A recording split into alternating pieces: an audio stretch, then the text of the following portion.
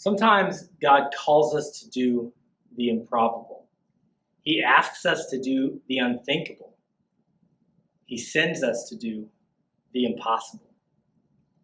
And oftentimes, for us to embrace that call to be a deliverer for others, we have to be first delivered ourselves from our doubts, from our fears, from our insecurities. That's exactly where we meet Moses today. God has literally appeared to him in a burning bush to get his attention, to call him into something incredible, something impossible. He's calling him to be a deliverer for his people. But first, Moses has to be delivered from his own awareness of his brokenness, from his own insecurity, doubt, and fears. Moses has to be delivered so that he can step into the role of national deliverer. And for him to do that, he's going to have to get his eyes off of himself, off of his own brokenness, and onto the one who is sending him. And his power, his desire for his people to be delivered. So that Moses can deliver God's people out of slavery, out of oppression, out of Egypt. And Moses hid his face, for he was afraid to look at God. And the Lord said to Moses, I have surely seen the affliction of my people. I have heard their cries because of their taskmasters. I know their sufferings.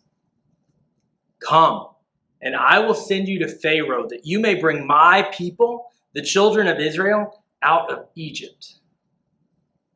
And Moses said,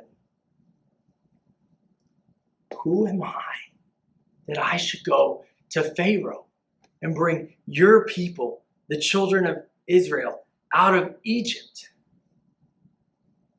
God said to Moses, I will be with you, and this will be the sign for you. After you've brought my people out of Egypt, you shall worship me on this mountain. Moses said to God,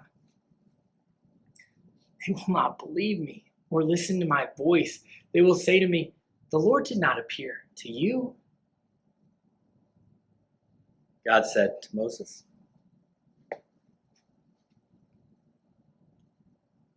what's that in your hand?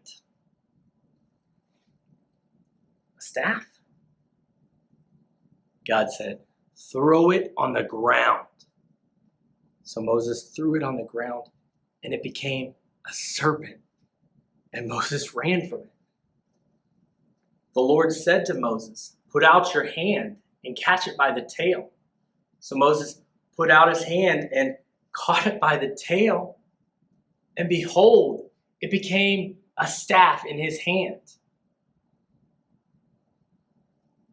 That they may believe that the Lord, the God of their fathers, the God of Abraham and the God of Isaac and the God of Jacob, has appeared to you.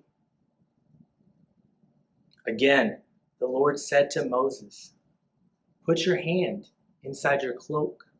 So Moses put his hand inside his cloak, and when he took it out, behold, it was leprous, like snow. The Lord said to Moses, put your hand back inside your cloak.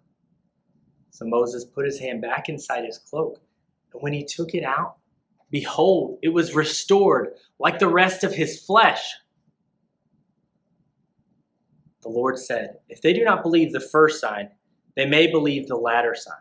And if they do not believe either the first or second sign, or listen to your voice, you shall go to the Nile River, and you shall take some water from there and pour it onto the dry ground. And the water that you shall take from the Nile River will become blood on the dry ground. But Moses said, oh my Lord, I am not eloquent either in the past or since you have spoken to your servant, but I am slow of speech and of tongue. The Lord said to Moses, Who has made man's mouth? Who makes him mute or deaf, or seeing or blind? Is it not I, the Lord? Now therefore go, and I will be with your mouth and teach you what you shall speak.